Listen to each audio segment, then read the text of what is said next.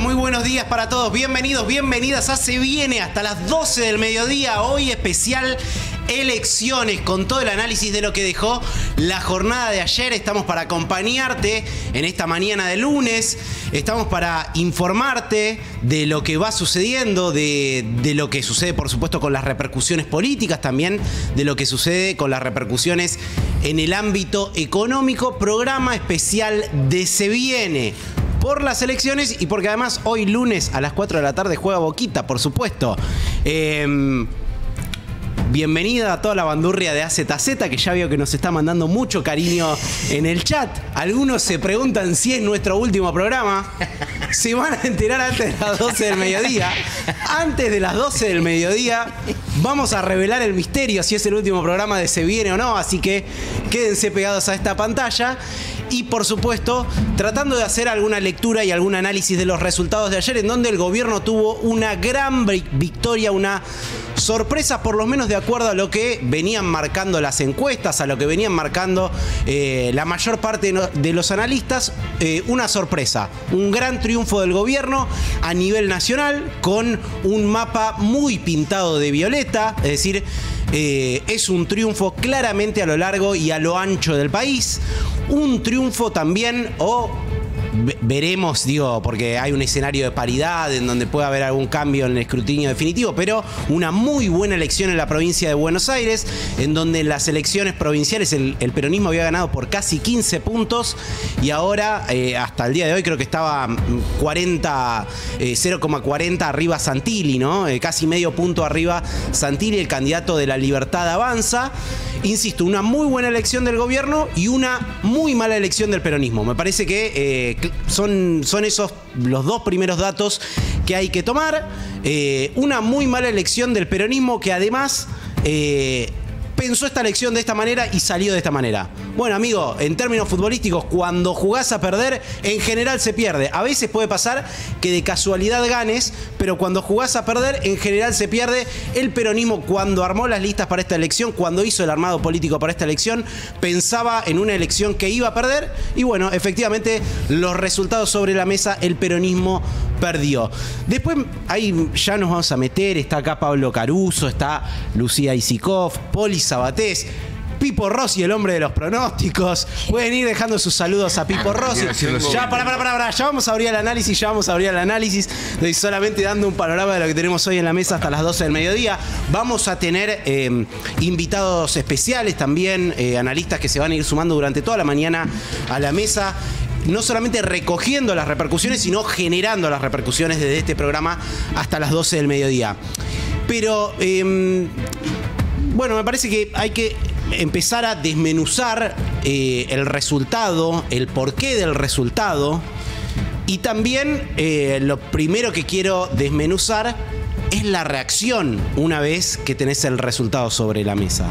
Y lo primero que quiero decir es que cuando vos tenés más de 17, 18 años y todavía no aprendiste a perder, sos medio pelotudo. Tenés algo para revisar. Si tenés 17, 18, 19, 20 años para arriba y no aprendiste a perder, mucho para revisar.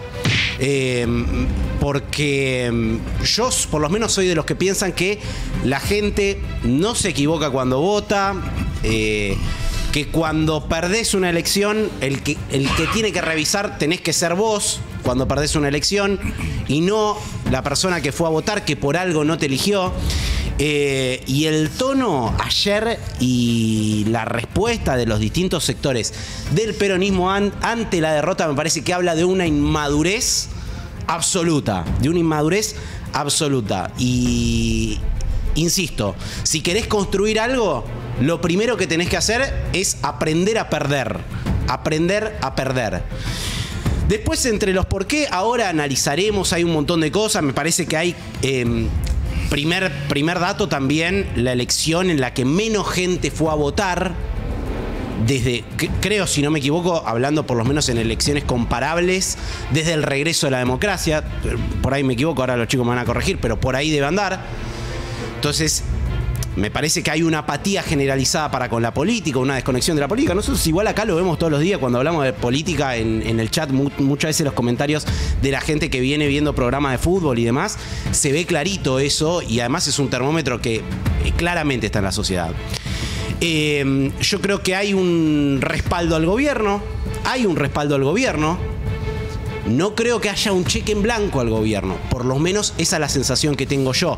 Con una muy baja participación y con una elección del 40%, yo no leo un cheque en blanco al gobierno, leo un respaldo al gobierno y sobre todo leo todavía un rechazo muy fuerte a lo anterior, ¿sí?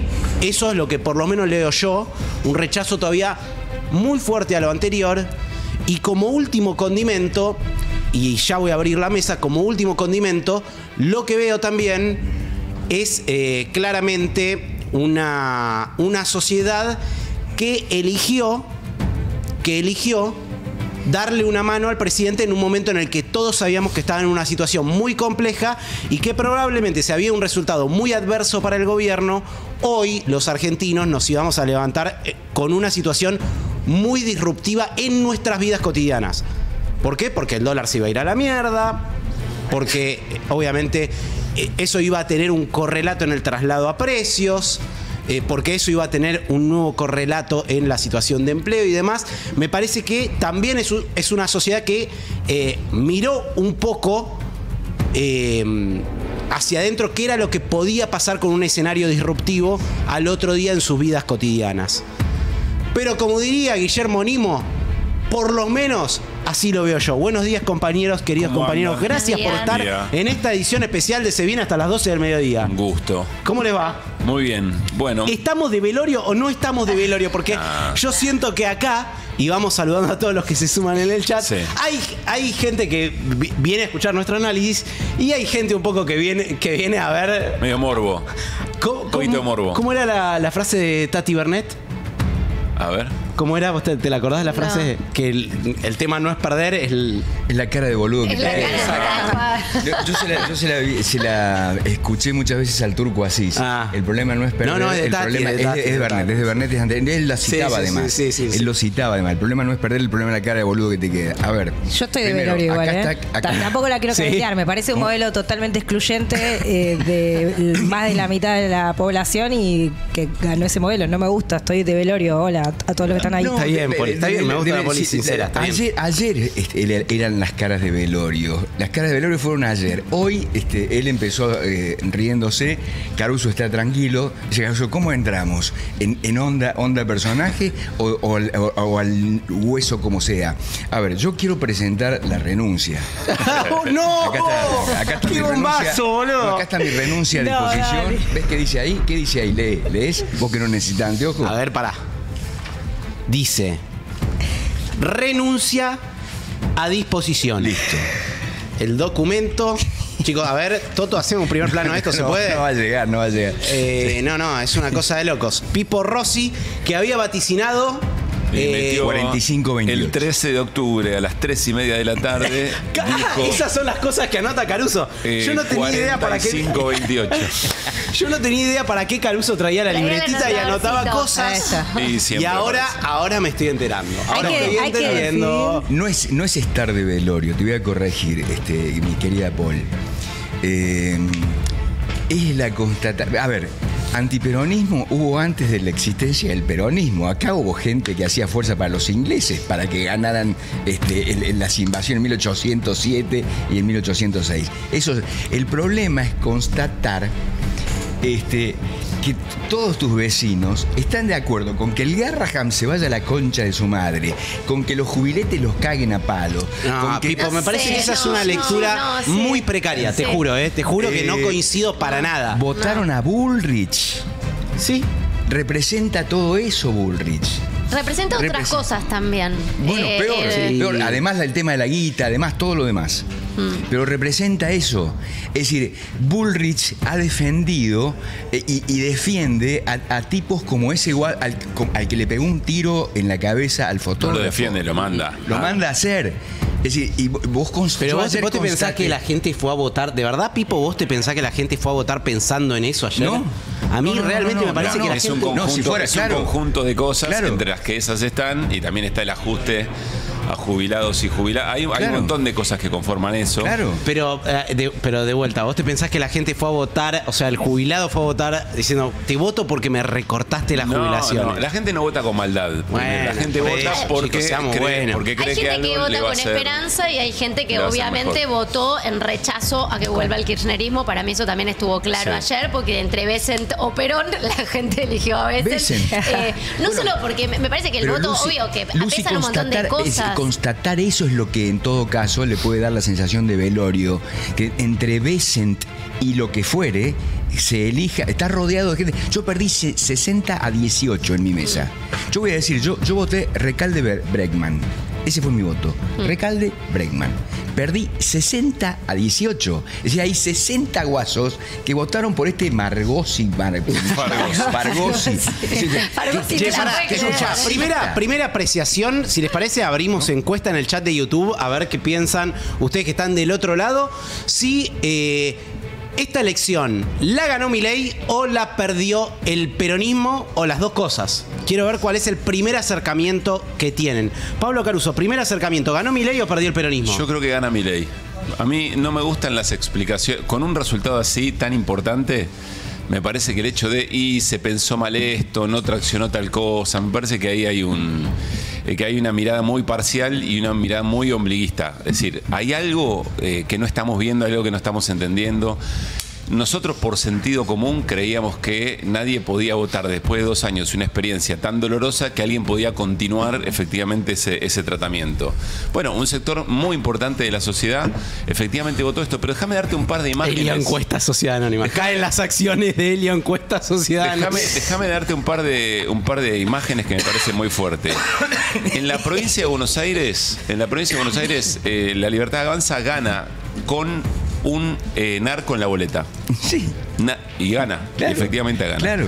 En Tierra del Fuego gana sabiendo que el proyecto del oficialismo es cerrar prácticamente la provincia. La que Cierro con esto. metieron en Cana, ¿ganó? La que metieron en Cana, la de En Río Negro casi estaba muy parejo, o sea, casi ganas con una candidata narco. En Córdoba y en Santa Fe, los candidatos, yo te digo una cosa, cuando Milei fue a Córdoba y fue a Santa Fe, hizo actos y después daba una entrevista. Daba una entrevista como si fuera un partido de fútbol con atrás con el afiche de la Libertad Avanza. Y yo muchas veces decía, che, ¿quién es el que está? Debe ser alguien que le tiene la carpeta. No, eran los candidatos.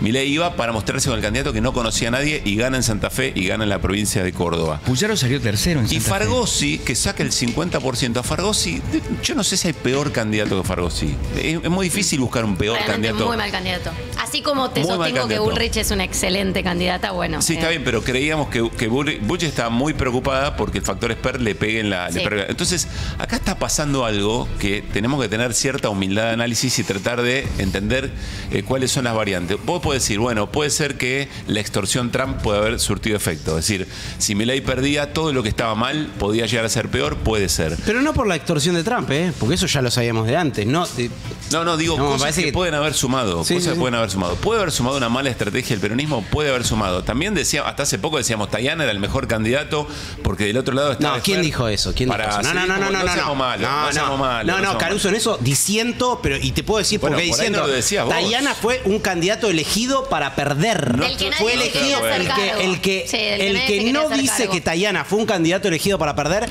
es un mentiroso. No estoy de acuerdo. Porque no estoy de acuerdo. te digo Se algo decía- y te voy a pero y déjame esto cerrar es la idea, pero Andy, cierro la idea. Se decía, del otro lado estaban haciendo todo tan mal que alguien que no se pegara un tiro en los pies y que efectivamente permitiera forjar cierta unidad y que No, los pero quilombos pará. no emergieran era un buen candidato. Fue un candidato elegido para perder, ¿o no? Sí, yo creo que Cuando los se dos armó tienen la razón. lista, Cuando se arma yo la te voy a lista, decir, sí. te voy a No decir se pisen, porque no se esta pisen. fue la primera información, creo que si no la tuvo la primera información, por ahí anda, fue Totó Ibáñez. Que algunos incluso decían, no, el candidato lo decidió Totó Ibáñez, decían algunos en el peronismo. Compañero nuestro que vuelve el miércoles, bueno, hoy no podía por cuestiones de horario, porque estamos en una edición especial. Pero cuando Totó Ibáñez da la primera data de que el candidato podía ser Tayana, imagínense el nivel de situación del que estamos hablando, que Ibáñez dijo, bueno, y a esta hora se habla de que podrían poner un Tayana. como estereotipo. Un Tayana. Claro. Un boludo a perder. Perdona, ¿Sabes qué es lo que quiso decir? Un boludo que no tenga costo por perder. Es eso lo que eligió el peronismo. No estoy de acuerdo. La lectura, que, ojo, quiero ser muy claro. Tayana me parece un tipazo, me parece un político de excelencia. Hay me una parece lectura previa que te estás pero perdiendo. Pero el peronismo Andy armó una lista para que nadie tenga costo por perder. Yo no eso es lo que hizo el peronismo. un boludo, sino que para mí lo que buscaron era esto, una lista que ellos le decían de baja intensidad. Alguien que pase desapercibido y que no responda, porque lo que no se disputa claramente con Tayana es futuro en el peronismo. Entonces, alguien que no responda directamente a ninguna de las tribus peronistas como para zafar esta instancia y postergar esa discusión. Por ahí son cada una de las cosas. Yo no digo que quiero aclarar, no digo que Tayana sea un boludo, pero lo que estoy diciendo es que quisieron elegir. Yo estoy diciendo que es lo que dicen adentro del peronismo. Pero eligieron poner a alguien que no tenga costo por quizá perder. Un elemento de los que ustedes plantean puede ser cierto, pero hay una previa que no puede dejar de ser tenida en cuenta, y es que había una interna muy compleja que seguramente ahora va a tener otros capítulos y que se dejó afuera una enorme cantidad de sectores en las listas para tratar de compensar esa interna, es decir, para que la interna no estalle. En ese contexto, Tayana aparecía como un candidato potable, y del otro lado tenías un gobierno con una enorme cantidad de problemas económicos, la gente viviendo peor, le salía un escándalo de corrupción uno atrás del otro. El esquema no parecía en la previa tan desastroso, en una fuerza que tuvo ¿No una te derrota. Parece que armaron, de verdad te pregunto, ¿no te parece que armaron una lista para no perder? ¿Vos te crees que en 2 años resolvés una derrota política con Milei, que además de una derrota electoral es una derrota hasta del sentido común, es una derrota... Yo te voy a marcar una diferencia, te voy a marcar una diferencia muy sencilla de entender. A ver, ¿a quién ponías? El 7 de septiembre, el peronismo armó una lista para ganar. Ganó por 15 puntos en la provincia de Buenos Aires. Para octubre armó una lista para perder. Es una elección que y tiene perdió, otra lógica. chicos. Pero no se olviden de algo. Estoy de acuerdo. Pero perdiste 200.000 votos a nivel nominal. Armaste una lista para ganar y ganaste. Después armaste una lista para perder y perdiste. Sí, también cuando ganaste. ¿Qué querés que te diga? Ojo, porque hubo una distancia entre las dos elecciones. Cuando vos ganaste, le diste un... Entonces ahí empieza un pase de facturas que para mí ya no va a tener sentido, pero empieza porque ahí sí vas a discutir el futuro.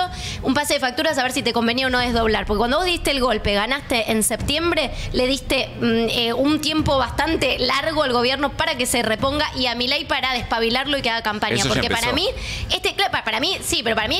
yo coincido en que esta elección la gana Milei. Y la verdad, Milei se puso la elección al hombro y logró, creo, lo más importante para el gobierno en sentido político, es que logra revertir una tendencia, cambiar un chip de que era el Milei desangelado, el Milei que venía mal, después de Libra, después de las coimas, después del narcocandidato en la provincia. Era bueno, esto ya no se levanta más.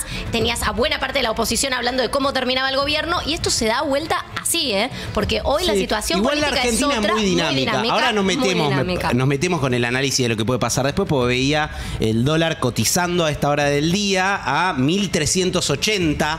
Yo ayer en la transmisión, algunos me decían, ¿qué está diciendo? Cuando dije, muchachos, se cae como un piano mañana. Cuando veía los resultados, 1.380 el oficial en el Banco Nación, se cae como un piano.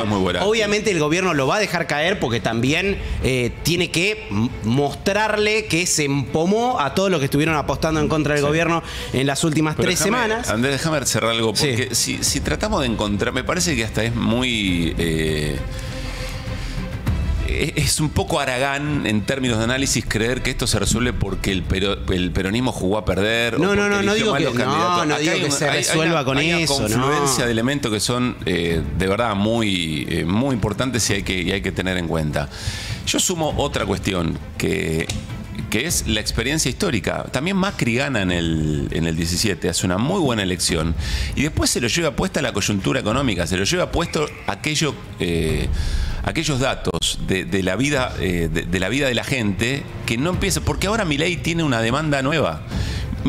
Digámoslo de esta manera. Ahora a mí le dijeron, bueno, acá yo te renuevo la confianza. Acá tenés todos los votos, listo, dale para adelante con lo tuyo, no tenés obstáculo. Ahora tiene que mejorarle la vida a la gente. Claro. Y como dijo Poli hace un ratito, es un modelo que está bastante complejo para que pueda revertir. En eso estoy de acuerdo, Pablo, en eso estoy de acuerdo. Ahora, yo no es que estoy diciendo que solamente Milei ganó la elección porque el peronismo armó mal. Yo lo que estoy diciendo es que efectivamente el peronismo tiene que hacer pero una revisión muy profunda. Armó, o sea, no perdió solamente por eso el peronismo, pero armó una lista para perder y perdió. Pará, quiero decir algo chiquito de Tayana. Entonces, ahora voy con vos, ahora voy con vos. El peronismo, salvo Boca y Oriente Petrolero, nadie juega a perder. El peronismo jugó a perder, jugó mezquino y sigue jugando mezquino, porque ayer, de vuelta, no habían todavía no se había anunciado. Todavía no se. ¿Qué jugar mezquino? Bueno, por eso.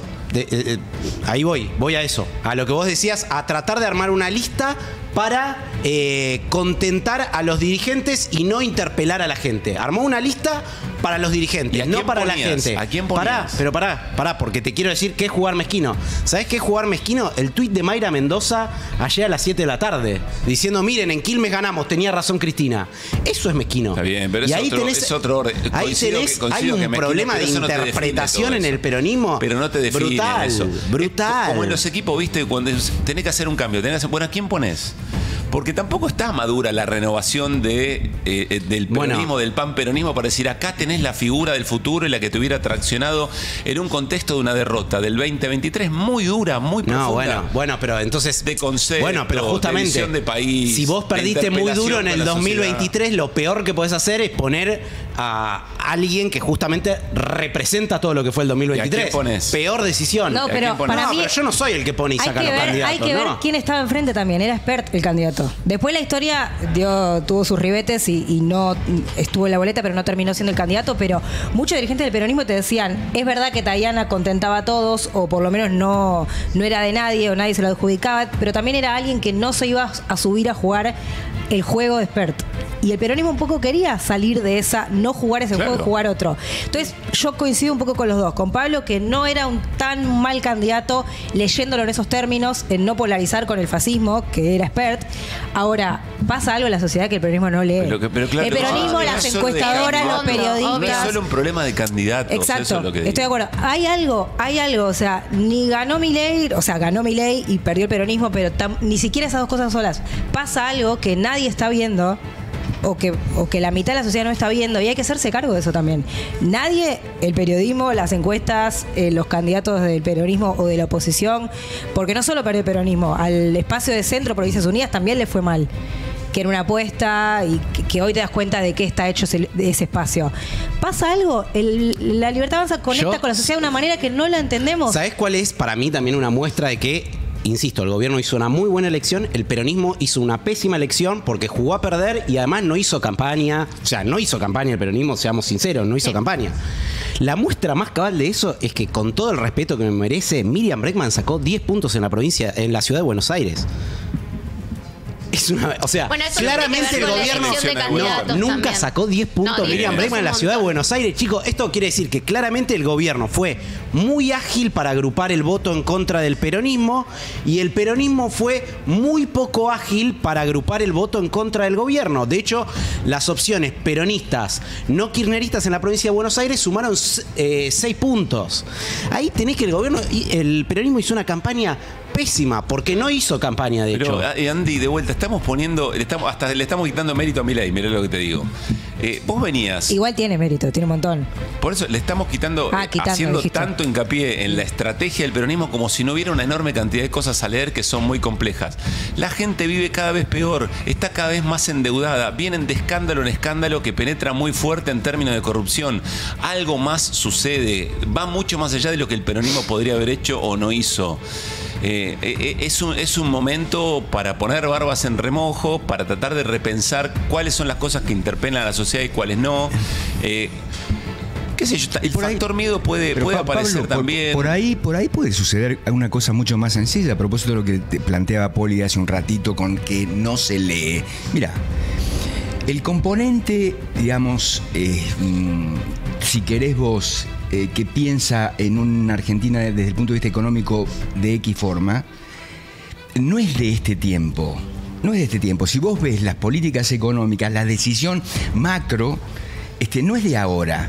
Si vos te vas un poquito más atrás, te la encontrás ahí nomás con Macri, un poquito más atrás te la encontrás con De la Rúa, un poquito más atrás te la encontrás con Menem, un poquito más atrás te la encontrás con Martínez de Oz. Hay una continuidad respecto de eso. Yo me refiero a que el viernes un dirigente altísimo del peronismo me dijo, ellos, la Libertad Avanza, ganan en 4 provincias. Sí, está bien. Ganaron en 16, 17. Bueno, está bien. O sea, eso es no verla para nada. Bien, eso también, la campaña te marea y te lo dice alguien desde adentro de la campaña que puede ser confuso. Sí me parece, obviamente que la sorpresa mayor estuvo en la provincia de Buenos Aires y ese es el golpe, porque fue, pero pensemos en Córdoba, pensemos en Santa Fe, digo, hay un montón de provincias donde la Libertad Avanza gana muy fuerte y yo creo que ahí, o sea, más allá de, sabemos que en Córdoba quienes competían no era Fuerza Patria, digo, lo competitivo era Schiaretti en Córdoba contra el gobierno. Entonces, pensando un poco en la oposición y pensando en el gobierno, creo que subestimamos cómo conecta Milei con la gente en las provincias, porque la verdad hay algo de la figura presidencial que convoca. Es que a eso iba cuando le intentaba decir lo de Poli. ¿No será que simplemente se parece mucho más el votante a Milei? Es decir, cuando todo el mundo se le cagó de risa por el tema del Arena y el recital ese absurdo que hizo, ¿qué está haciendo campaña? No, yo creo que la campaña de Milei es eso. Igual me parece que en principio, porque cuando me meto a analizar qué es lo que pasó en el peronismo, yo siempre lo pienso desde el lado de que tenés que hacer autocrítica. Después lo otro, y arrancamos el programa diciendo eso, creo que es un voto de apoyo al gobierno, claramente, no un cheque en blanco, pero sí un voto de apoyo al gobierno a que básicamente pueda hacer lo que el presidente cree que tiene que hacer de acá en adelante. Y sí me parece, y esto se veía en todos los análisis de opinión, que incluso entre la gente que... ahora se lo vamos a preguntar igual a Raúl Timerman, que ya está del otro lado, ahora se va a sentar con nosotros y que estuvo estudiando todo esto durante mucho tiempo. Incluso la gente que estaba descontenta con el gobierno, también estaba descontenta con lo anterior. Bueno, entonces me parece que ahí hay un punto clave, y ahí es lo que yo veo el punto clave de que el peronismo no hizo ningún esfuerzo por mostrar alguna cara nueva. A ver, dos cosas muy chiquitas. Primero, estamos obviando el factor polarización. Tenemos una cultura política muy polarizada y eso juega. Es decir, hay mucho voto para que no gane el otro, hay que evaluar qué tanto es cada cosa. Otro elemento que me parece importante, y de la mano con esto, Provincias Unidas hizo una elección escandalosa. Escandalosa. Sí. Con lo cual el gobierno hay que ver qué lectura hace de acá en adelante, porque perfectamente la alcanza con lo que tiene. Sí, quizá la reacción es más endogámica de lo que hubiera sido si la elección era otra. Es decir, puede poner una enorme cantidad de condiciones. Para adelante, creo que esto en algún punto ya pasó también. ¿Se acuerdan ustedes cuando en el 95 Menem gana? Había una enorme cantidad de cuestionamientos hacia la figura de Menem, pero gana igual en términos económicos, porque quizá otra cosa que no se terminó de romper o que se renovó, si vos querés, es la idea de la estoy pasando mal, le había perdido sentido a por qué la estoy pasando mal, quizá algo, no sé si Estados Unidos, no sé si el odio a lo demás, el miedo a que se caiga todo, pero de alguna manera se renueva la justificación de mi dolor, se renueva la justificación del ajuste. Bueno, que este ajuste tenga algún sentido. No olvidemos que el mensaje del gobierno fue que todo lo que nos dolió hasta ahora no haya sido en vano. Claro. Bueno, me parece que es un conjunto de cosas. Yo no buscaría, me parece que hay algo de eso. Eso último en que el peronismo jugó a perder. Esa lectura no me es parece la única, no es la única, pero sí me parece que la más fuerte te parece a vos. No me parece la más fuerte, porque la más fuerte me parece la más obvia, que es que la gente le dio un voto de confianza al gobierno en una elección de medio término, que por otro lado, digamos, ¿hace cuánto, Raúl, que el peronismo no gana una elección de medio término? ¿2005 es la última? Por ahí debe andar, ¿no? Sí, por ahí debe andar. 2005 me parece. La última elección de medio término que ganó el peronismo creo que es la de 2005. Así que, por otro lado, no es un dato novedoso tampoco el peronismo perdiendo una elección de medio término. La escena igual es novedosa, ¿no? Nunca vivimos una situación como esta. Hay algo de inédito también. Y vos decís, Pablo, que le mejore la cosa a la gente, la cuestión económica a la gente. Y yo no estoy tan seguro. No, por eso digo que a partir de ahora el gobierno tiene ese desafío. Lo que se está avalando, mira, el otro día hablamos de la reforma laboral, que es lo que se viene, la inminencia. La reforma laboral nítidamente es que vos labures 14 horas sin ningún derecho por 20.000 pesos el día. Esa es la reforma laboral. Hoy habló Milei de eso, dijo que va a ir por eso y que no va a ir por los derechos de nadie, claro, obviamente después está... Y además el tipo te dice, ¿para qué voy a hacer una reforma si ya están hechos mierda? Es decir, ¿qué me joden con el tema de lo de Yo lo que veo mucho en el chat, ¿no? Para ir recogiendo un poco también de la gente que está del otro lado, les agradecemos, les pedimos que incluso si están acá para reírse de nosotros, pongan me gusta porque ayuda, nobleza obliga, ¿no? El comentario que veo muy repetido es este de Rafael, por ejemplo. Quieren ganar, sean serios, busquen un candidato con propuestas claras y no solo insultos en contra de la derecha. Este es un comentario que veo muy repetido en el chat. ¿Qué insulto estamos? No lo dice por nosotros, no se refiere genérico, supongo. Que me parece que se refiere a que la campaña de solamente frenar a Milei, bueno, a todas luces fue insuficiente, ¿no? Cuando vinieron acá todos los candidatos del peronismo, nosotros preguntamos, ¿no, Poli? 800 millones de veces cuál era la propuesta y vos era como dar vuelta un bolsillo vacío. Fue muy floja. No se caía una idea. Fue floja. En eso me parece que hay que ser muy certeros y muy conscientes, y nosotros fuimos muy reiterativos en preguntar cuál es la propuesta, cuál es el modelo alternativo, porque a mí me parecía que quedaba muy vago lo de frenar a Milei, ¿no? Es como frenarlo de qué. Que no haya ¿frenarlo de qué? No, en eso fueron pero muy insistidores, ¿no? Ahora hay que construir un freno y después se verá la propuesta por adelante. Es cierto que no había propuesta. Solo cierro con esto. Digo, a partir de ahora a Milei se le viene una etapa muy distinta y mucho más desafiante. Milei tiene que empezar a darle soluciones sin excusas a lo mal que está viviendo la gente. Una vía de desendeudamiento de las familias, de mejora del salario. El modelo lo contiene, el modelo no va hacia ese lugar.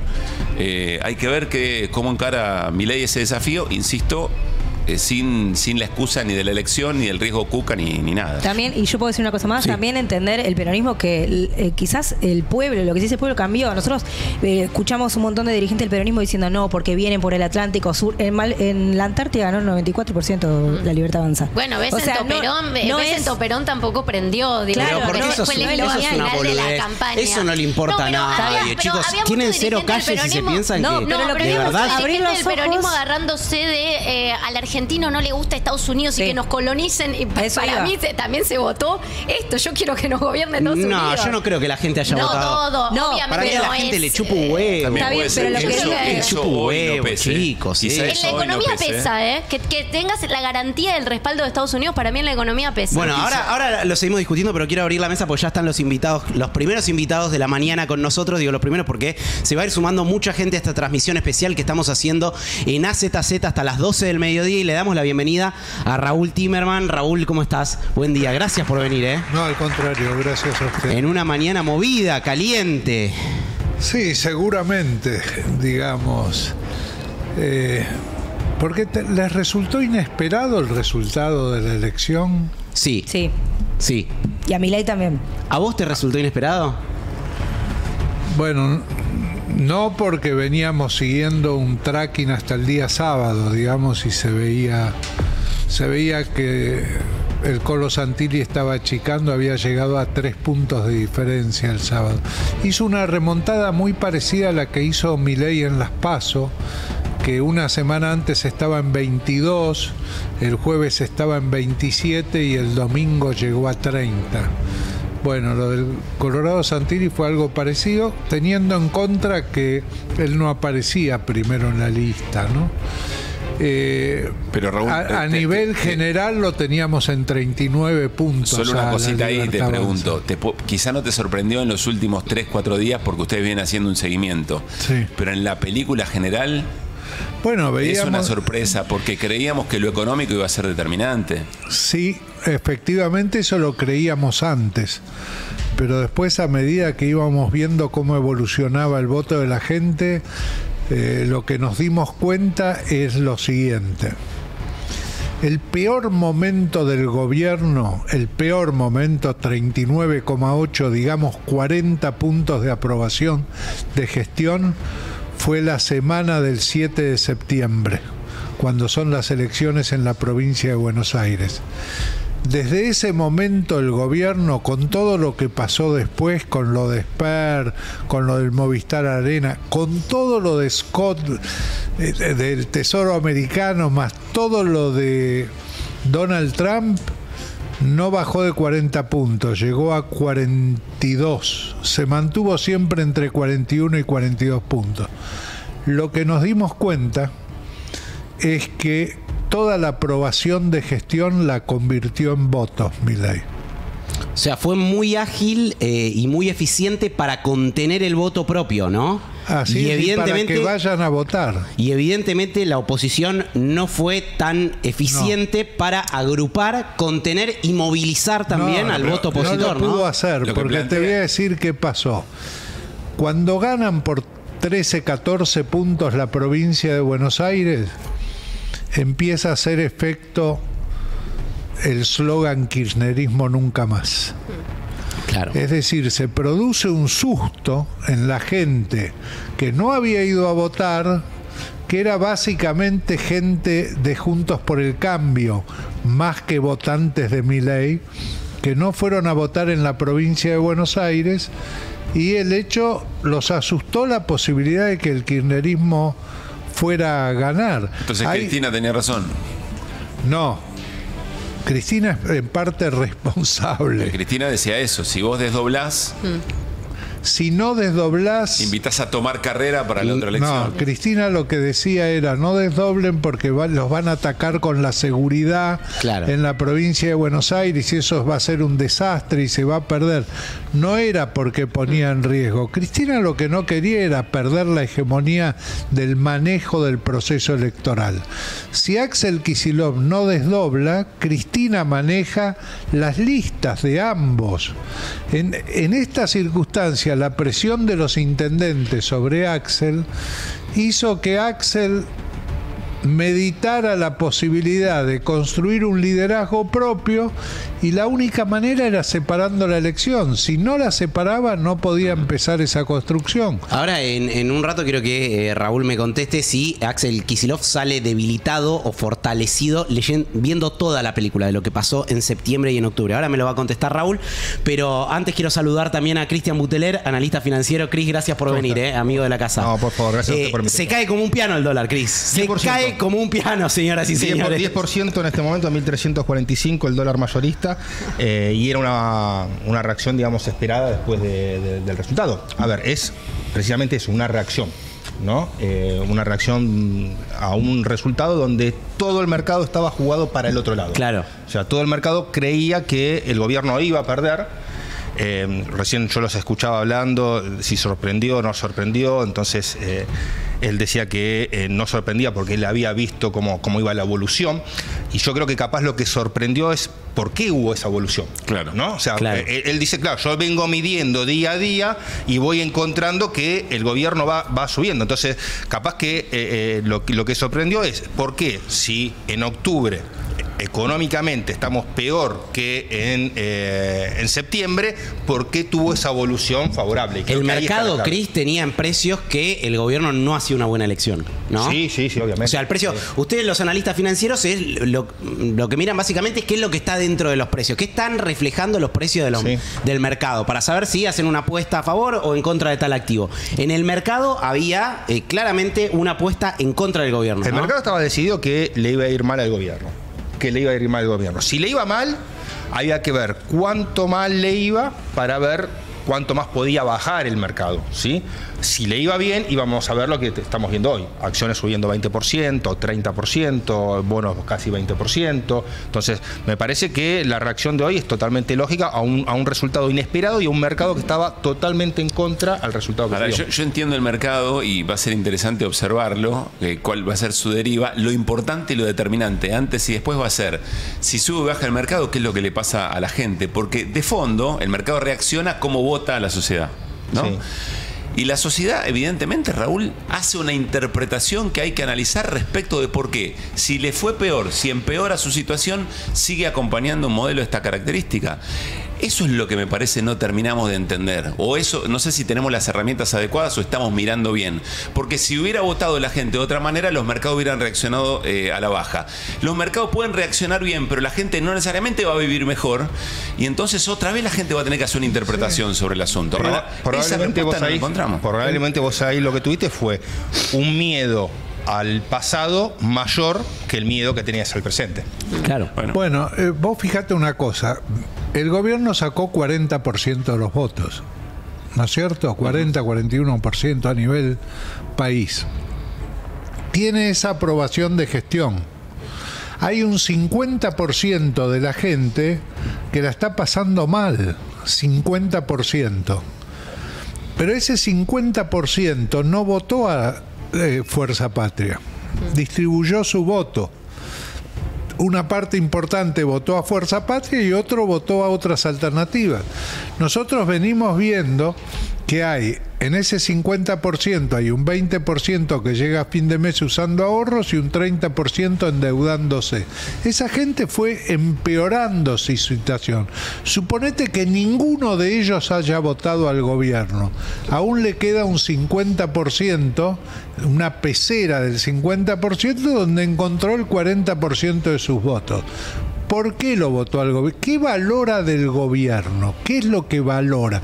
No tomemos solo aquellos, porque vos podés decir, si en la provincia de Buenos Aires gana el peronismo, no quiere decir eso que vuelva el kirchnerismo en una elección legislativa. Tiene que haber alguna valoración positiva del gobierno, no solo un voto contra algo. ¿Cuál crees que es? Yo creo que es la inflación, el control de la inflación. Ahora, es lo único. Primero, el control de la inflación es importante, y lo otro es el gobierno es una promesa de cambio. La gente, cuando el propio gobierno dice la gente votó un cambio, es verdad, la gente votó un cambio respecto a todo lo anterior, a lo que había antes de este gobierno. Se notó claramente ese voto. Vos fijate que en el balotaje Milei sacó 3 millones de votos más que Sergio Massa. Y ahora creo recordar, porque ya me confundo los números, que la Libertad Avanza sacó más que el Fuerza Patria consolidado, es decir, con todo el peronismo, 24 distritos, 2.200.000 votos más. Es decir, un poco se votó lo mismo y la continuidad de esto. Lo que hay que preguntarse del otro lado es por qué no son alternativa. ¿Por qué no son una alternativa que la gente dice, no hay algo mejor a esto? Raúl, la gente lo sigue viendo peleándose entre todos, ¿no? Porque también esta unidad del peronismo, también la elección de Tayana y todo, tiene que ver con una disputa que no se terminó de cerrar entre Axel, entre Cristina. El gobierno se sabe. tuvo una lista, el peronismo en la provincia de Buenos Aires no tuvo unidad, tuvo una lista única. Lista única. No, unidad no hubo en ningún momento. Aparte, yo no sé si pero ustedes... Raúl, perdón esto, en el medio no es que es lo mismo, porque en el medio tenés una degradación de tu calidad de vida muy fuerte. No hay un sector muy minoritario al que le fue mejor o el que no le impactó, y simbólicamente fajás a los jubilados todos los miércoles sistemáticamente. A las personas con discapacidad las maltratás, con mucha crueldad le sacás pensiones a personas que tienen una pierna cortada y le decís, a ver, demostrame que sos que no te creció, que no te creció la pierna. Y las universidades las vaciaste, que tienen una valoración general. Entonces ahí hay algo más. Bueno, hay entonces, algo más. ¿por qué? Y no una cosa, y más, yo te agrego algo. Ese escenario que vos marcás de valorar la baja de la inflación, que yo coincido, yo creo que es uno de los grandes valores que tiene el gobierno, también estaba en septiembre. O sea, no es que cambió ese escenario de septiembre a hoy. Lo que cambió es en un escenario que incluso no mejoró, sino que empeoró la situación económica. Cambió el voto la gente. Lo cambió claramente porque la verdad la elección fue espectacular para el gobierno. Espectacular. No hay forma que lo puedas mirar de otra manera. Dieron vuelta a la provincia de Buenos Aires, 14 puntos. Realmente fue muy buena. Vuelvo a lo mismo. Si tenías ese escenario en septiembre lo empeoraste a octubre. ¿Por qué cambió? Yo creo que fue el miedo que tenía. Yo creo que el haber dado al gobierno la posibilidad de la revancha, ¿no? De octubre. Octubre fue una revancha de lo de septiembre. Al peronismo le jugó totalmente en contra. Ahora, quiero preguntarte algo, porque es algo que aparece mucho en el chat. Le quiero preguntar a Raúl y también a Lucía, que conoce mucho el peronismo de la provincia de Buenos Aires. 200.000 votos menos nominalmente de un mes a otro, con mayor participación en la provincia de Buenos Aires. Es decir, acá ya no hablando de porcentaje, sino de cantidad de votos. Algunos preguntaban en el chat si eso tiene que ver con la implementación de la boleta única. ¿Cómo se puede entender que el peronismo haya sacado menos votos nominalmente si fue a votar más gente en la provincia de Buenos Aires? No encontré un solo intendente peronista que me diga: yo me maté en esta elección llevando gente a votar, movilizando. No encontré uno solo. Sí. Es más, el discurso que dio el intendente de Ezeiza, Granados, el discurso ese fue: de alguna vez por todas se van a tener que convencer en el peronismo que los votos los tenemos los intendentes. Claro. Eso fue lo que dijo en el discurso. ¿Sí? El tema es que le va a caer la responsabilidad a Axel. Ahí es cuando yo te digo, Pablo, que el peronismo jugó a perder. No, pero lo que digo es que yo creo ahí le va a caer a Axel, le va a caer a Axel. Obvio, ahí está muy claro, sí, porque también Axel también está claro que no los maneja como él quiere a los intendentes. Los intendentes hacen la suya, lo eligen y se enfilan atrás de Axel, porque muchos intendentes tienen, no los camporistas, obvio, pero tienen una tendencia anti-Cristina y se van a enfilar a cualquiera dentro del peronismo que enfrente a Cristina. Eso había una gestualidad de Máximo Kirchner ayer, no sé si la vieron, cuando Kicillof, arriba del escenario, agradece a los intendentes. Y hay una gestualidad de Máximo Kirchner que hace. Claro, bueno, así. Que ahora un día tarda el pase de factura. Arriba del escenario. Me gusta entender. Mire, yo le digo como ejercicio gráfico: pongan las dos fotos y mírenlas. La foto del 7 de septiembre a la noche en La Plata, miren quiénes estaban en el escenario y cuánta gente, y la foto de ayer a la noche en La Plata, miren quiénes estaban en el escenario y cuánta gente. ¿Cuántos intendentes había en el escenario? El juego de las diferencias. Pero explíquenme por qué jugaría a perder el peronismo. Quiero entenderlo. Quiero entender por qué jugaría a perder. Porque está disputando su interna todavía. No es que juega a perder. Ya no hicieron, para mí. Salvaron sus consejos deliberantes, que era lo que le interesaba a los intendentes. Aparte, hay un hecho: Axel juega esa interna porque cuenta con el apoyo de los intendentes, si no, no lo hubiera hecho. Bueno, eso sí lo decía Cristina, ¿eh? Cristina, cuando atacaba el desdoblamiento, ella decía, uno de los argumentos que ponía es: si desdoblás, los intendentes ninguno va a movilizar para octubre. Eso lo decía, y un poco para mí se verifica que eso pasa, pero bueno, obviamente ahí hay un liderazgo no resuelto del peronismo que se notó mucho en toda la campaña. ¿Cómo explica la derrota de Puyaro? ¿Cómo explica? Bueno, esto es la provincia de Buenos Aires, que es lo que dieron vuelta, pero bueno, es un clima en todo el país. Bueno, ahí sí, ahí podés tener una mirada. ¿Qué pasó con Provincias Unidas? Que ganó un solo gobernador. Algunos decían Valdés. Provincias hundidas, decían algunos, ¿no? Provincias hundidas. Bien. Provincias Unidas, esos gobernadores jugaron durante mucho tiempo a favor del gobierno en el Congreso.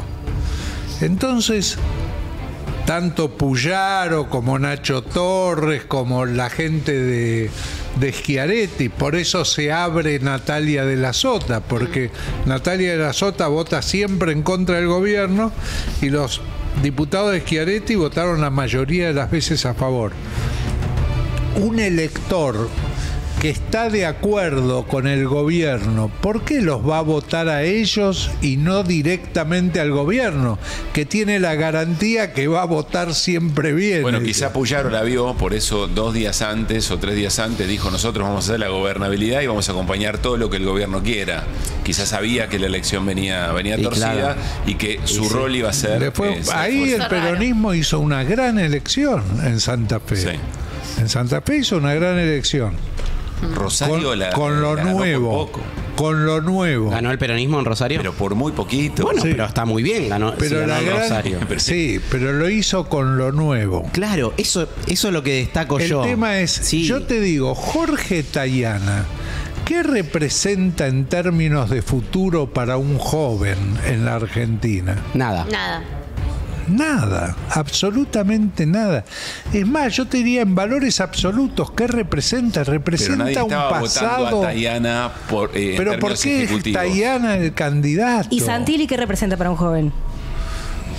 Santilli, bueno, primero está más cerca por edad. En términos etarios está más cerca, tiene un lenguaje, es más disruptivo.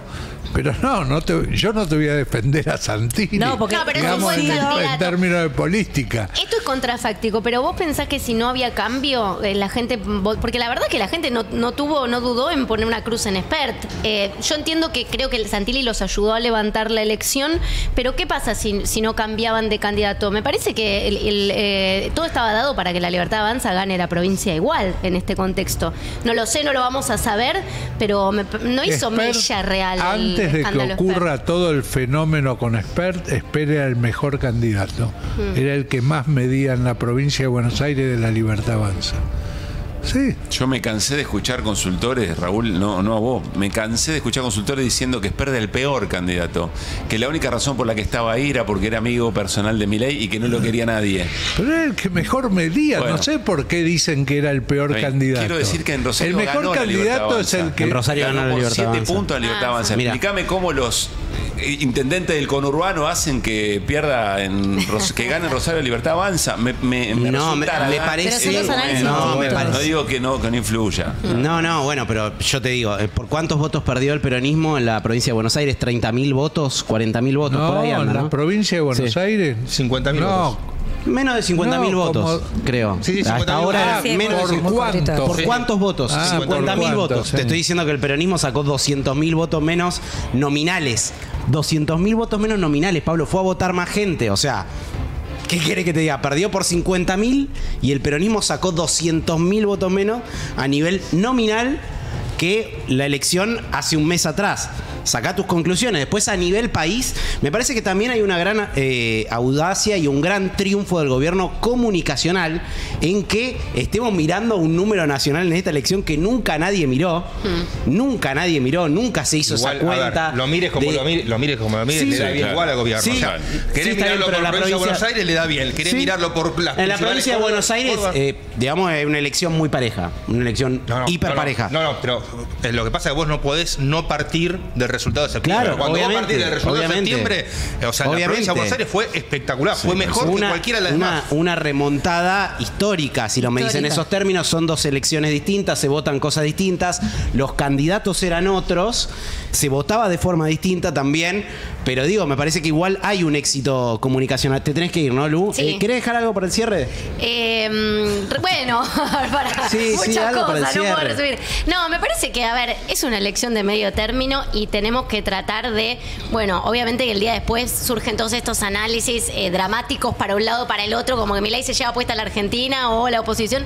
Bueno, hizo la misma elección que Macri en 2017 y miremos lo que pasa, que Macri no puede ni reelegir. Entonces, frenaría un poco, me parece bárbaro que el gobierno festeje, lo tiene que hacer, la verdad que le puso mucho, dramatismo desde el gobierno a esta elección, Toto Caputo diciendo que es más importante que 2027, está bien, ganaron bien y tiene, sale el gobierno de una situación bastante complicada en la que estaba metido en los últimos tiempos, ojalá la aproveche para bien, ojalá empiecen algunas alianzas, abran el diálogo, abran un poco el juego político y sean medidos y no vayan a redoblar e ir por todo. No me la juego que eso es lo que vaya a pasar, pero bueno, ojalá que sea una oportunidad de abrir un poquito el juego, un poquito el diálogo. Lucia Isikoff, señoras y señores, nos vemos el miércoles, Lu. Nos vemos el miércoles. Dale, que tengas buen día y buen comienzo. comienzo de semana. Seguimos en vivo hasta las 12 del mediodía, especial elecciones. Me gusta que el número del vivo va creciendo minuto a minuto, sigue creciendo. Les pedimos que pongan me gusta.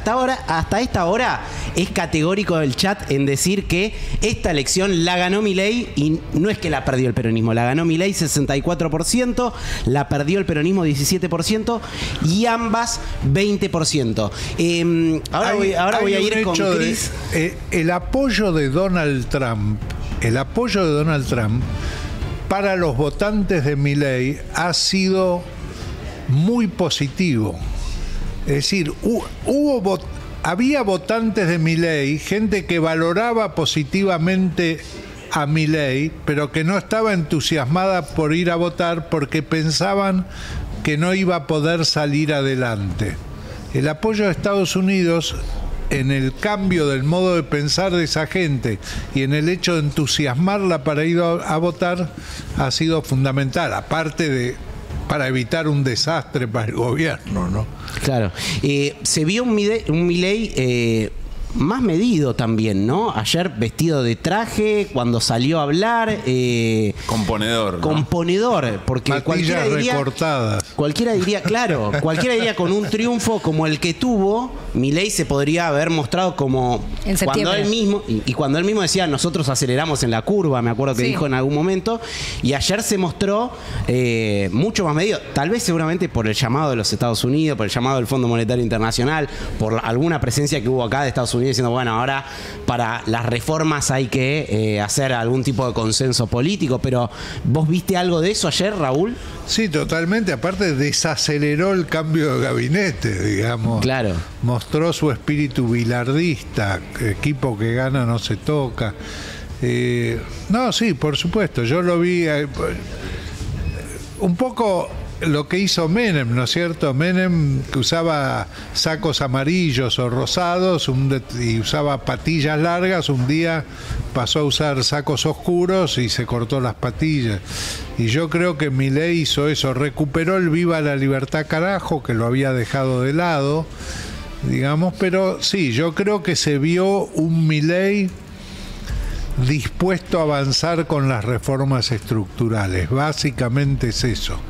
Se dio cuenta, mirando el resultado de la elección, que tiene las manos en el Congreso necesarias para no solo para validar los vetos, sino para tener leyes propias, que para poder hacerlo necesita parte de Provincias Unidas o los gobernadores aliados. Claro. Y eso significa negociación en el Congreso. Y yo creo que va a avanzar en eso. Hay una pregunta que te quería hacer, Caruso, que tiene que ver con lo siguiente. Yo creo que en el programa de ustedes, la última vez que salí, me planteaban el hecho de todas las desgracias que está viviendo la gente. Lo mismo que acabas de decir vos. Los jubilados, las universidades, el Garraham, los discapacitados, la gente que la pasa mal económicamente. Y yo hice una pregunta que no tuvo una respuesta concluyente. ¿Por qué no hay protestas? ¿Por qué no hay protestas? Con lo que está pasando y lo mal que lo está pasando la gente, la pregunta es, ¿por qué no hay protestas? ¿Por qué no hay protestas, Caruso? La CGT hizo un mapping para el 17 de octubre. Mapping que... mapping. Entendí tapping. Pensé que estaban haciendo... Para el 80 años del 17 de octubre, la CGT no hizo movilización, hizo un mapping, una proyección en el edificio de Azopardo. Evidentemente hay alguna crisis de liderazgo que no puede generar ese tipo de acumulación, porque gente en la calle hubo, Raúl, Hubo enormes movilizaciones históricas, alrededor de cosas que generaron algún tipo de amalgama. Las universidades... efectivamente, cuando se reunió Garraham con universidades, con discapacidad, hubo grandes movilizaciones en las plazas. ¿Quiénes se movilizaron? ¿Quiénes no? Bueno, no tengo una respuesta, quizá vos la tenés. No, y además... Pero ahí hay un factor, porque la calle, y cierro con esto, la calle va a ser muy importante ahora. Te diría que lo único que queda es la calle. Si hay una crisis política de representación, lo que queda es la calle, porque le iba a preguntar a Cristian, el gobierno sigue teniendo los mismos desafíos por delante. Tiene que hacer que el modelo económico le empiece a dar respuestas a la sociedad.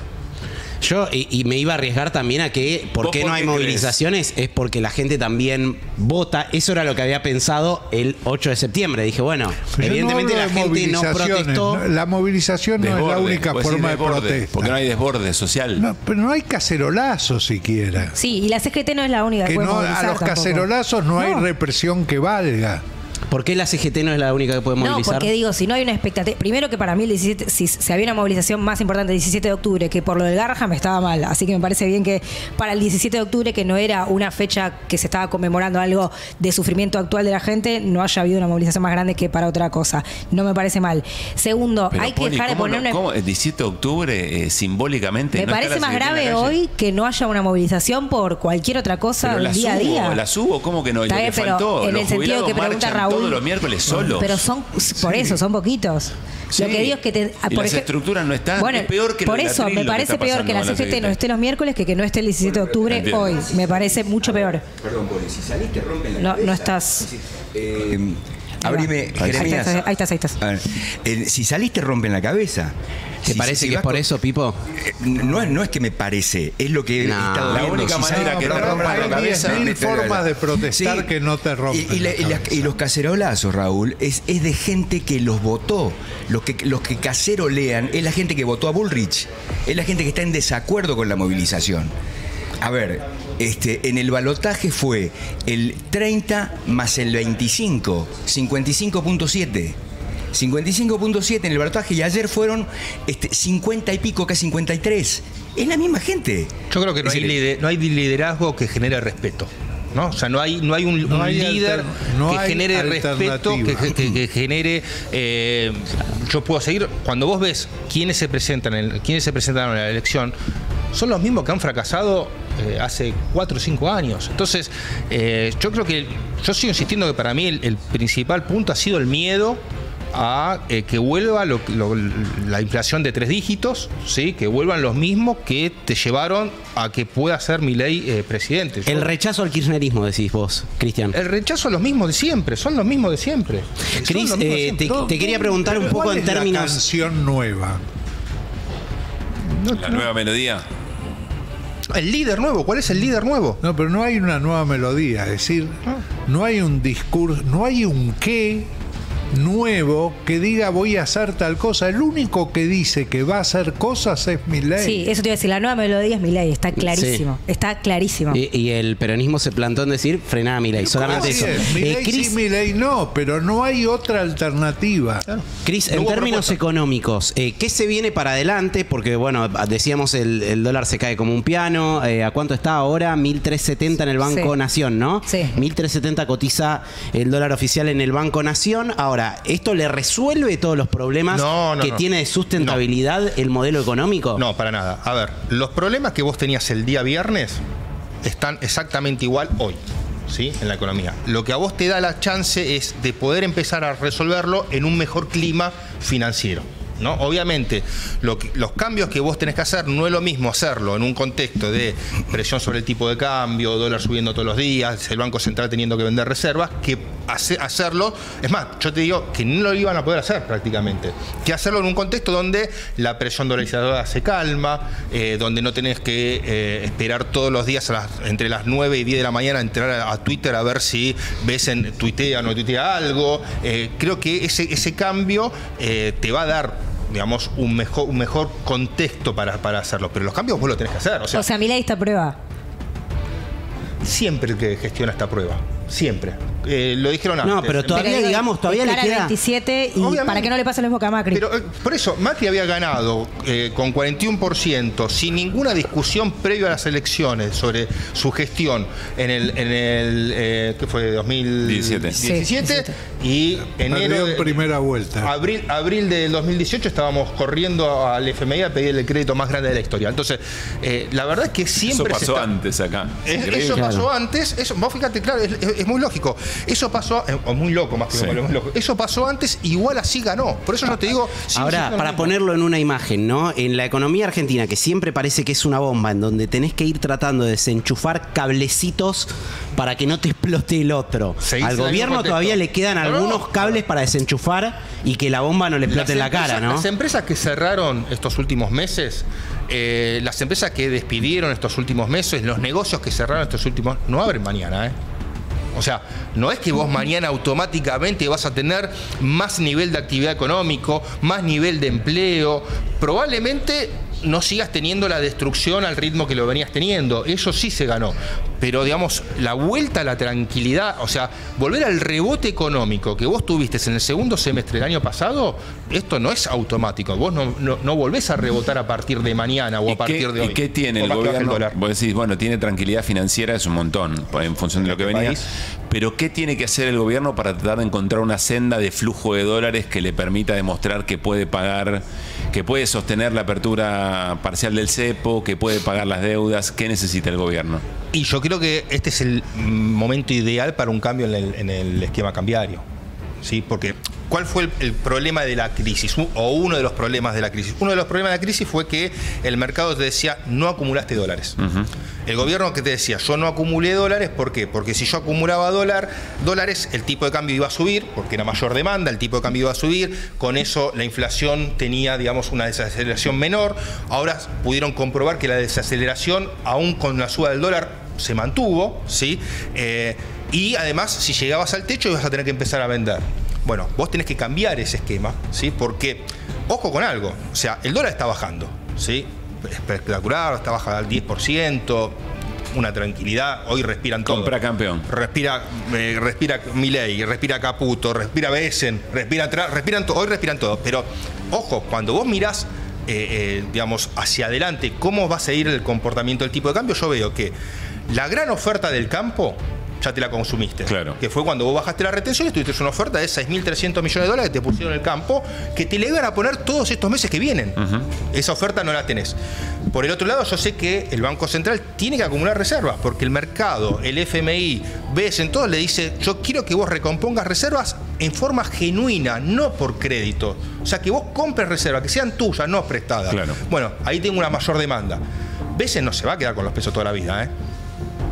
O sea, Besen puso 2.000, 2.100 millones de dólares, no se va a quedar con los pesos, ¿sí? O sea, va a tener que volver a dólar. Entonces, yo lo que veo es que, más allá de lo que pase estos 2-3 días lógicos posterior, que los mercados siempre sobre reaccionan hacia arriba y hacia abajo, lo que vos tenés es que la oferta va a ser menor a la que yo debería tener, ¿sí? Y la demanda va a ser mayor a la que yo tenía. Es verdad, me desaparece la demanda especulativa. Probablemente esa demanda entonces un poco voy a compensar. No, y aparece una oferta especulativa. Ahora el incentivo a hacer carry trade con las tasas altas, el techo de la banda. No, porque la tasa se va a acomodar rápidamente. Sí, pero igual es una de las cosas que vos necesitas para reactivar la economía. Hay un flujo que se da vuelta o no. Hay un flujo que se da vuelta. Hay un flujo. Por lo menos en el corto, no digo en el largo. Yo tengo que cerrar las operaciones especulativas con las cuales fui el viernes. Pero esas operaciones especulativas con las cuales yo fui el viernes se cierran en 72 horas como máximo. Claro. Bueno, no es un flujo constante. Yo lo que estoy hablando es del flujo constante. Claro. El flujo constante me sigue dando que la demanda, ojo que la demanda puede seguir siendo superior a la oferta. En un rato quiero que hablemos de la economía real y que pongamos foco ahí, de qué se viene para la gente, ¿no? A partir de ahora, pero me voy a saludar a Pablo Abeluto, ex ministro de Cultura de la Nación. Pablo, buen día, ¿cómo estás? Gracias por sumarte a Se Viene. Hola, ¿cómo les va? Encantado de participar. Bien, muy bien. Sabes que hay muchas cosas dando vuelta, obviamente, en el análisis de hoy, y una de las cosas que anda dando vuelta en esta mesa es si, en definitiva, la gente le dio un cheque en blanco al gobierno, si la gente, el electorado avaló, por ejemplo, la represión a los jubilados en la marcha de los miércoles, si la gente avaló el recorte a las pensiones de discapacidad, si la gente avaló, el electorado avaló una baja en las jubilaciones, o en realidad acá lo que estamos viendo es otra película que es también un rechazo a lo anterior y quizás un apoyo al gobierno para que siga adelante con sus reformas. Bueno, ¿por qué votó la gente? Es un enigma lo suficientemente complejo y requiere mucha investigación, y ahí está Raúl, que de eso sabe mucho más que yo. Pero en cualquier caso, yo creo que lo interesante es preguntarse qué es lo que la gente no votó, a quiénes no votó, a quiénes había votado en otros momentos y en este momento decidió no volver a votar. Y en ese sentido lo que se abre es un espacio que no es mucho en el tiempo para generar una profunda reflexión aquellos a los que Milei no nos gusta, aquellos que sí estamos en contra de las ideas de Milei que vos enumeraste. Porque lo que está claro, más allá del resultado del oficialismo, que merece todo el respeto en una democracia, lo que está claro es que las oposiciones a ese oficialismo, en sus distintas manifestaciones, en los distintos lugares, se han mostrado absolutamente ineficientes para construir un mensaje superador, mejor, más atractivo para la sociedad que aquel que no compartimos. Y eso es una tarea en parte de la oposición política, que ha mostrado también estar muy fuera de época en estas elecciones, los gobernadores, el radicalismo, las fuerzas progresistas, con la, diría, modesta excepción de la izquierda, que hizo un resultado mejor que el de otras veces en algunos lugares. Entonces yo lo que creo es que hay que repensar todo, hay que pensar todo otra vez, hay que entender que le estamos hablando probablemente a una sociedad diferente de aquella que imaginamos, no porque compartan necesariamente todos y cada uno de los votos de Milei las aberraciones que Milei ha cometido en materia de represión, de destrato a los jubilados, de destrato a los discapacitados, de maltrato a la disidencia, al movimiento LGBT, a todo lo que ya sabemos. Lo que sí creo, es que el problema está en nosotros encuadrados políticamente y en nosotros ciudadanos independientes. Es decir, yo creo que lo que va a venir después de Milei, y estas elecciones lo confirmaron, va a tener que ser algo tan nuevo y tan disruptivo como lo fue Milei en su momento, solo que con otras ideas. ¿Un outsider del otro lado sería algo así? Perdón, el modelo de acumulación política que nosotros conocimos desde el 83 para acá ha hecho agua. Y eso podemos celebrarlo o lamentarlo, pero lo que no podemos es negarlo. Es decir, algunos estarán de acuerdo, otros serán más nostálgicos. Y creo que lo que se construya después de Milei va a tener que incorporar distintas tradiciones partidarias, ideológicas, políticas, y va a tener que reconocer probablemente también que algunas cosas que nosotros cuestionamos de Milei llegaron para quedarse. Por ejemplo, la defensa del equilibrio fiscal, que es un tema que claramente la gente dijeron, pero pará, estos quieren el equilibrio fiscal, los otros no sé. A mí me recuerda cuando en el año 99 la discusión sobre la continuidad de la convertibilidad ya estaba planteada y la gente no quería perder la convertibilidad. Hay otro valor que nosotros aún hoy, cuando tenemos una de las inflaciones más altas del mundo, al lado de la que teníamos, es un efecto físico. Si que vos vayas a hacer las compras la semana que viene y las cosas aumenten pero un poquito, tiene un impacto sobre la sociedad que cada vez la guita le alcanza menos. Total. Nada de esto significa un elogio hacia Milei, que a quien no. de las ideas me siento absolutamente lejos desde antes de que empezara.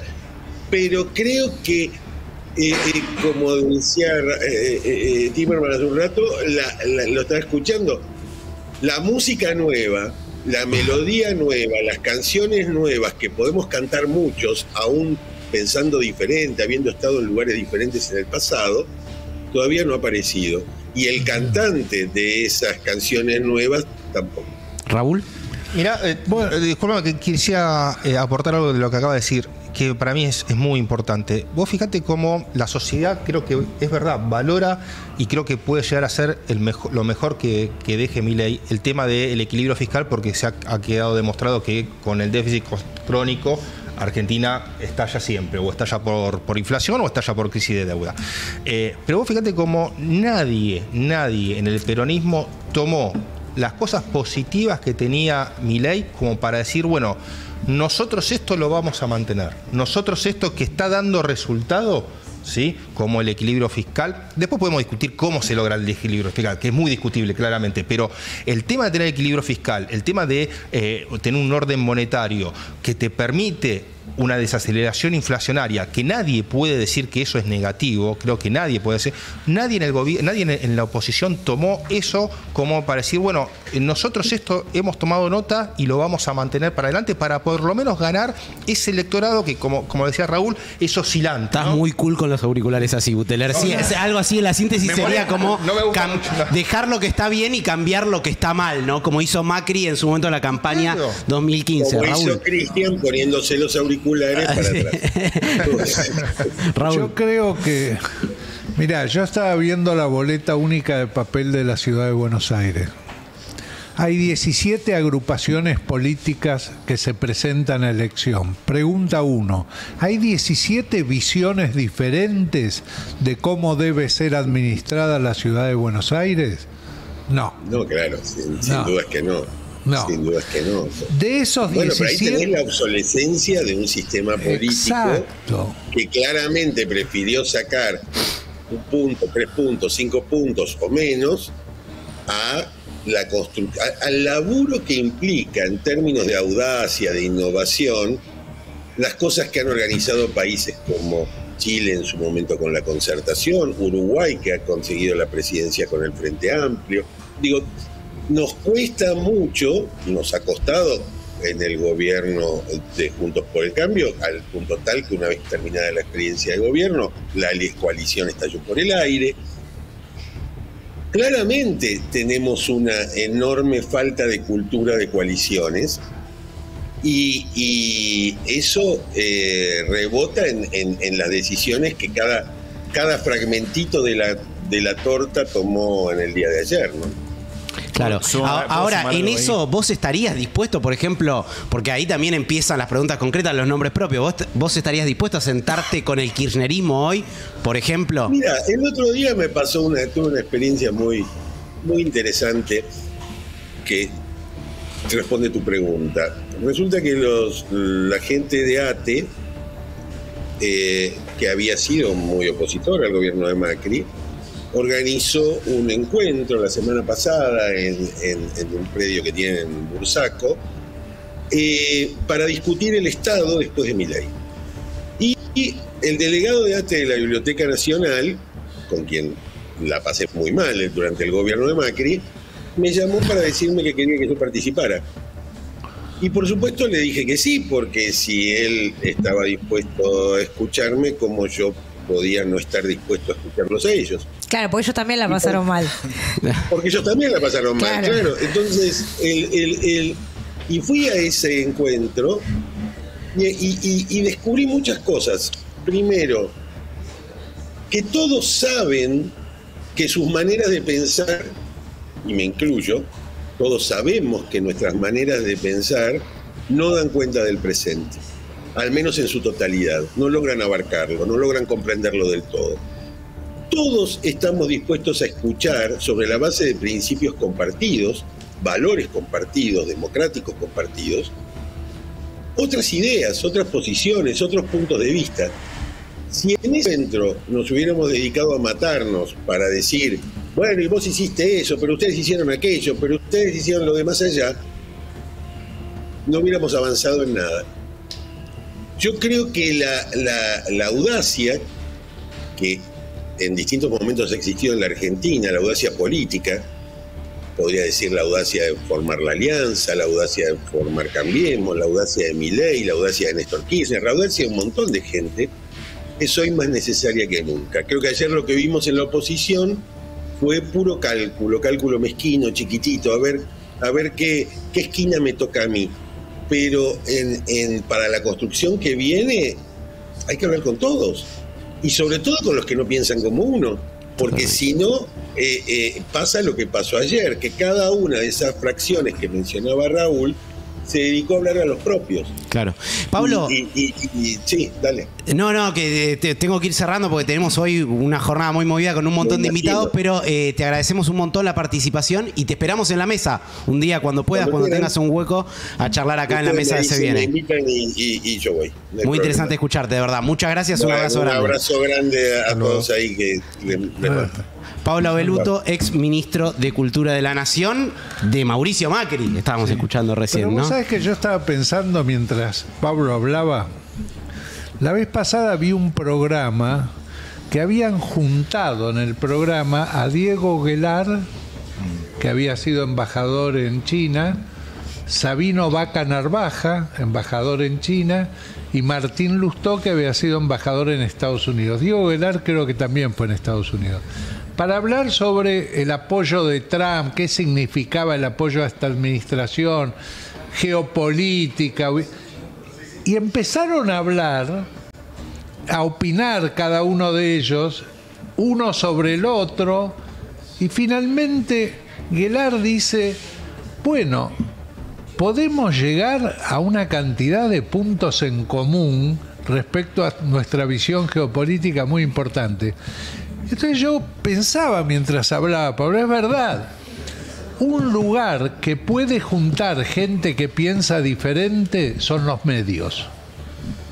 Si vos en esta mesa sentás a un político de un lado y del otro para tratar un tema y ver qué posición tienen respecto a ese tema y tratar de ver si hay puntos de coincidencia. Pero ¿cómo se traslada eso después a una mesa de armado político, Raúl? Es muy complejo porque la construcción de la grieta ha sido tan nociva que impide hasta de piel. Mira, yo conozco dirigentes del PRO, más de uno y una, que en privado te dicen la condena a Cristina es una barbaridad.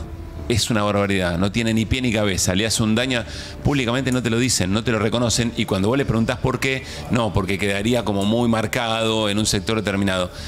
Eso es mucho más fuerte que cualquier idea de incoincidencia. ¿Pero por qué pensás que ese es el tema que hay que hablar? A lo mejor es otro. No, te estoy diciendo que algo en que están de acuerdo y que algo que es determinante porque te condiciona la vida, te condiciona la vida política. Pero vale la pena probarlo. Por supuesto, yo estoy de acuerdo con vos. Probarlo. Estoy de acuerdo. Digo que la construcción de la grieta es tan fuerte y el usufructo que hicieron desde distintos sectores, pero para mí la grieta nace con un sentido muy explícito, que es correr de la cancha el kirchnerismo, que el kirchnerismo sea un otro que no merece ser que esté en la mesa. Eso es muy fuerte todavía. Mirá, hay un retroceso, estoy pensando ahora, hay un retroceso terrible en esta elección, que es lo que se había logrado en el Congreso, que se votaran iniciativas que intentaran ponerle freno a abusos muy fuertes por parte del gobierno. Olvídate de los temas, hasta el hecho de gobernar por decreto, que ahora vuela por los aires. Yo no sé cómo va a continuar eso. Hay que ver, me parece que también va a depender mucho del clima social hacia adelante. Un cierre te pido, Cris, sobre qué es lo que se viene en la economía real. Bueno, dependerá de cómo el gobierno toma ahora las riendas para arreglar esto, ¿no? O sea, vos claramente necesitas dar vuelta a la economía real sigue cayendo.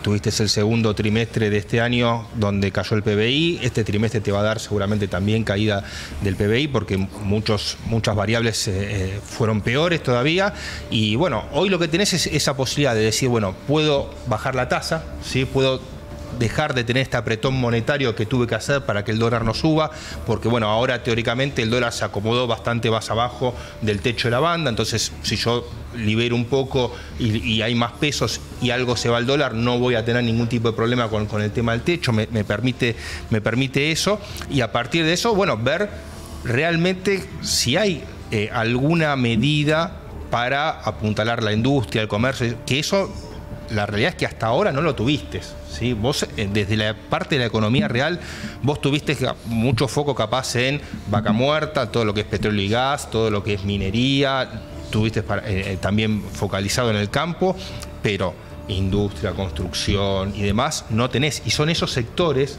¿no?, los que te dan el trabajo. Cuando yo veía el resultado de septiembre y vos mirabas cuáles eran los sectores ganadores y los sectores perdedores del modelo hasta el momento, y te dabas cuenta que los sectores que, digamos, se manejan en el conurbano o en todos los lugares, digamos así, con mucha población, construcción, comercio, industria, eran los grandes perdedores. Y por eso era que el gobierno le iba mal. Yo creo que vuelvo a lo mismo, ¿no? Que hoy el miedo le dio una mano. Entonces, dependerá un poco ahora cuáles son las medidas que toma el gobierno para apuntalar de vuelta esta actividad, porque la tranquilidad financiera no te garantiza, ¿sí?, que vos puedas tener un rebote en la economía real. O sea, puede llegar a ser condición necesaria, pero no suficiente para dar vuelta lo que es la economía real y volver a ese rebote que tuviste en el segundo semestre del año. Cristian Muteler, analista financiero, muchas gracias por sumarse a la mesa de Se Viene. Gracias, Cris. Raúl, te pido para el cierre un comentario que aparecía mucho en el chat y que no es la primera vez que lo escuchamos. Dicen, con esto murió el peronismo, dicen algunos acá en el chat. No, yo no creo que haya muerto el peronismo. Hay una cantidad de banderas del peronismo que se van a mantener y que siempre van a ser levantadas. Lo que va a pasar de ahora en más es lo siguiente. ¿Qué tenemos que observar? Tenemos que observar ahora que tiene las manos suficientes en el Congreso el gobierno para hacer las transformaciones que pretende, si el presidente Milei es capaz de lograr los acuerdos necesarios. Eso por el lado del gobierno. Y por el lado de la oposición, ver si a partir de ahora, y viendo lo que pasó y analizando y sacando conclusiones, es capaz de construir una alternativa con vistas al 2027 de ser una opción de reemplazo de este gobierno. Raúl, muchas gracias por venir, No, al contrario, gracias a ustedes. Raúl Timerman, analista político, La Sastrería, hacen unos informes que están buenísimos, siempre, pero siempre los recomendamos acá y tratamos de visualizarlos en este programa. Se renueva la mesa, quiero decir que hoy hay un montón de participación en el chat. No estamos llegando a leer los mensajes, pero ahora la producción nos va a seleccionar algunos que sean representativos de lo que se viene hablando, porque hay mucha charla en el chat, hay mucho debate y hay participación en la encuesta. Tenemos casi 1.500 votos en la encuesta, o Tremendo. sea, hay un montón de gente participando. Obviamente por ahí menos gente conectada que en otras ocasiones, porque no es el horario habitual del programa, pero sí hay un montón de participación. Evidentemente gente que entra y sale también, y gente ¿no? nueva que está diciendo nunca los escuché, bueno, está bueno.